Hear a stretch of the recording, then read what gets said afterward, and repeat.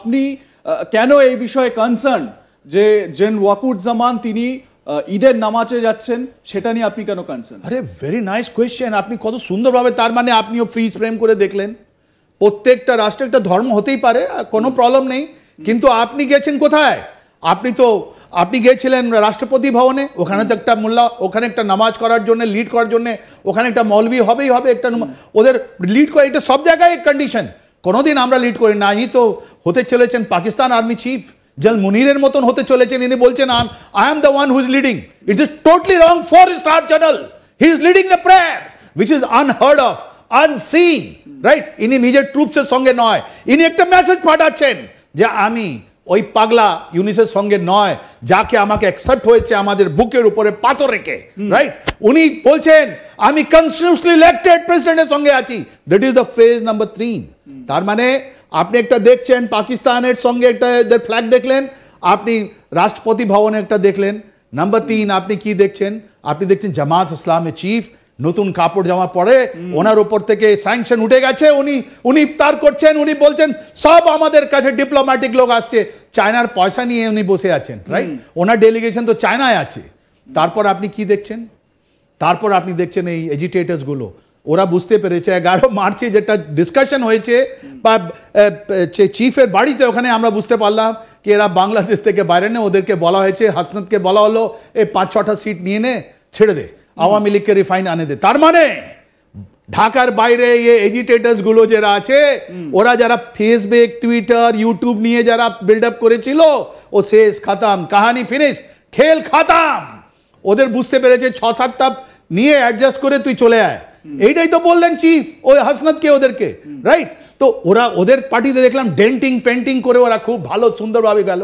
আর একটা আওয়ামী লীগের যিনি আছেন আমাদের প্রাইম মিনিস্টার শেখ হাসিনা, উনি রিজাইন করেননি, তাই জন্যই আমি ওনাকে প্রাইম মিনিস্টার বলতে থাকি। আমি কোনো সাপোর্টার নই আওয়ামী লীগের, রাইট? কিন্তু যেহেতু উনি প্রাইম মিনিস্টার অফ বাংলাদেশ, কত সুন্দরভাবে বললেন কি আমি এবার মানাচ্ছি না, আমি লোকের সঙ্গে থাকবো, যাদের বাড়ি ভাঙানো হয়েছে, যাদের লোক মারা গেছে, যাদের জিনিস পুড়িয়ে দেওয়া হচ্ছে, আমি ওদের সঙ্গে আছে।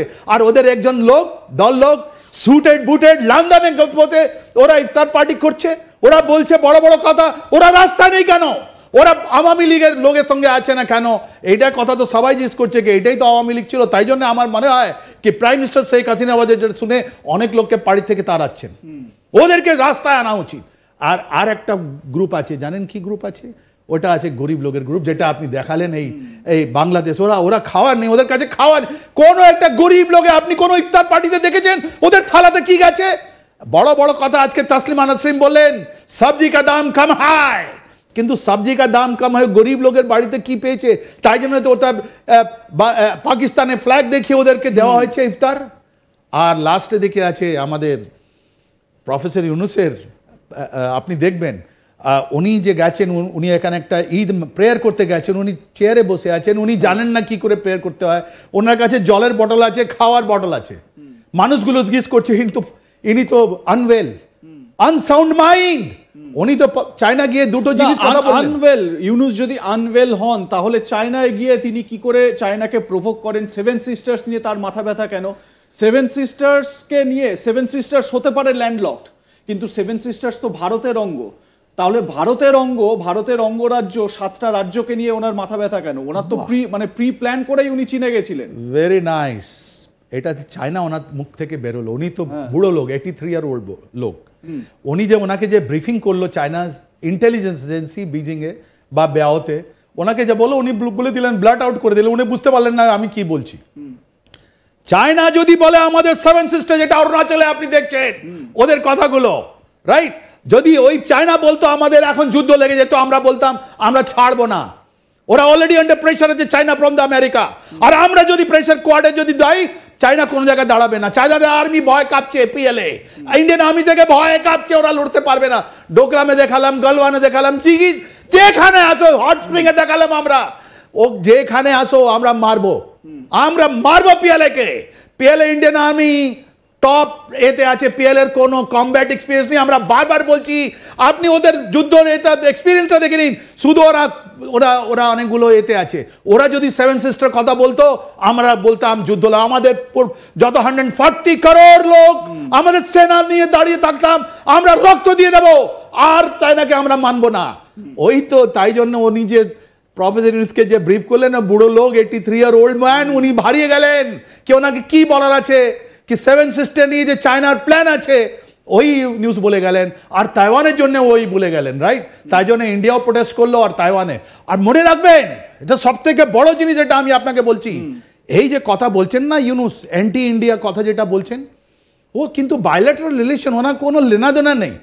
আমরা তো কাটাতার দিয়ে দিয়েছি। আমাদের ওদের সঙ্গে কত 16 বছর ধরে চায়না হাইয়েস্ট ওদের বিজনেস পার্টনার আছে, আমরা কোনো জায়গায় নেই, আমাদের কোনো মতলব নেই ওদের সঙ্গে, রাইট? উনি কেন বললেন ওটা? বললেন 30% অফ দ্য ইন্টারনাল ভোট যেটা অ্যান্টি ইন্ডিয়া তৈরি হয়েছে 1975 থেকে এখন পর্যন্ত। আগে মিলিটারি মোল্লা কমপ্লেক্স করলো, এখন মাদ্রাসা নিয়ে বললো। এই যে 30% to 35% ওদের মধ্যে ভাগাভাগি হয়ে গেছে। ওর মধ্যে বিএনপি আছে, ওর মধ্যে জামাত আছে। ইনি একটা জায়গা বানাতে যাচ্ছেন, তাই জন্যে ওনার একটা এজিটেটর যে আছে উনি বললেন না না, ইনি তো আমাদের prime minister for the next 5 years। আরে বাবা, ওনার তো মাথা আনসাউন্ড মাইন্ড, উনি পাগল হয়ে গেছেন। 83 year old ম্যান, উনি কিছু করতে পারবেন না, উনি তো আমাদের জামাই। আমি তো ওনাকে বলবো চলে আসুন বর্ধমানে, আপনার নিজের শ্বশুর বাড়িতে আসুন, আমরা আপনাকে দেখভাল করব।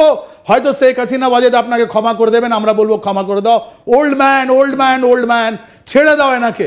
এই যে ইন্টারনাল পলিটিক্স যেটা হচ্ছে, এই যে 30 to 35% যে ভোট আছে, তার উপরেই জেনারেল প্রফেসর ইউনুসের দিমাগ আছে, তাই জন্য এত বড় বড় কথা বলে যাচ্ছেন রাইট ফ্রম বিগনিং।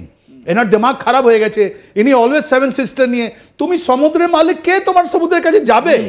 আমাদের অত বড় কোস্টাল লাইন, তোর আগে থাইল্যান্ড আছে, মায়ানমার আছে, আমরা তো মাল্টি মডেল কালাদান করলাম তোমাকে অ্যাভয়েড করার জন্য। আমার দরকার নেই তোমার, তুমি নিজে তুমি রাখো না বাবা, তোমার কি দরকার আছে? আর এক্সক্লুসিভ ইকোনমিক জোন যেটা হয় বে অফ বাংলা, তুমি কত দূর যেতে পারবে ওটাও আমরা জানি, আপনিও জানো। তোমার কাছে ইন্টারন্যাশনাল রিলেশনে ঢাকার কিছু লোক যারা বসে আপনার দিমাগ খারাপ করে দিচ্ছে, আপনি বুঝতে পারছেন না কি রিয়ালিটি কি আছে বে অফ বেঙ্গলের। ওখানে আপনি কোনো রোল নেই। আমরা চাই কি একটা বাংলাদেশ একটা রোল হোক, ওরা কামা, ওরা ভালো হোক। কিন্তু এই যে প্রফেসর ইউনুস, উনি শুধু ইন্টারনাল পলিটিক্স নিয়ে কথা বললেন, জানেন?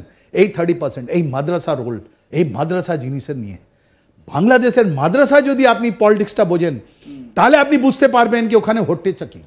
ওখানে আমি এই মাদ্রাসা পলিটিক্স নিয়ে একটা বিষয় আসবো, সেটা হচ্ছে গিয়ে দেখুন, এই যে আমি কিছুক্ষণ আগে এই কাওমি মাদ্রাসার কথা বললাম, এবং এই মাদ্রাসাগুলোতে আমার স্পেসিফিক একটা প্রশ্ন, মাদ্রাসাগুলো থেকে বিশেষত বাংলাদেশে তাসলিমা নাসরিনের কথা আপনি বললেন, তাসলিমা নাসরিনের একাধিক এরকম পোস্ট রয়েছে সোশ্যাল মিডিয়ায়, তিনি পোস্ট করছেন এবং তিনি এই যে মাদ্রাসাগুলো নিয়ে স্পেসিফিকভাবে কোয়েশ্চেন তুলছেন। তিনি বলছেন যে এই মাদ্রাসাগুলোতে কি শেখানো হয়, কি পড়ানো হয়, এবং তিনি এটাও বলেছেন শুধুমাত্র এই মুহূর্তে ইউনুস বা এই উপদেষ্টা সরকারকে দোষ দিলে হবে না, শেখ হাসিনা, খালেদা জিয়া বা তারও আগে থেকে এই মাদ্রাসাগুলো শ্রীবৃদ্ধি হয়েছে, মাদ্রাসাগুলো বারবারন্ত হয়েছে, এবং এই মাদ্রাসাগুলো থেকে যে আউটকাম সেটা কিন্তু কিছু দেখা যাচ্ছে না। এই মাদ্রাসাগুলো হচ্ছে কি বাংলাদেশে? দেখুন, এটা আমি বলবো বঙ্গবন্ধু জি ছিলেন উনি বিগ হার্টেড ম্যান, উনি একটা রিফর্ম পার্সন ছিলেন। উনিও আগে অ্যান্টি হিন্দুজমে বা সেমনি কথা বলতেন।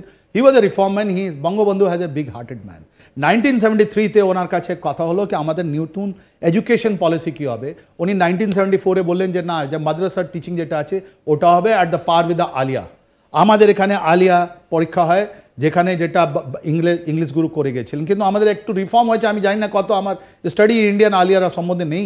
বাংলাদেশের মধ্যে দুটো রকমের মাদ্রাসা আছে, এটা কওমি মাদ্রাসা, একটা আলিয়া মাদ্রাসা আছে।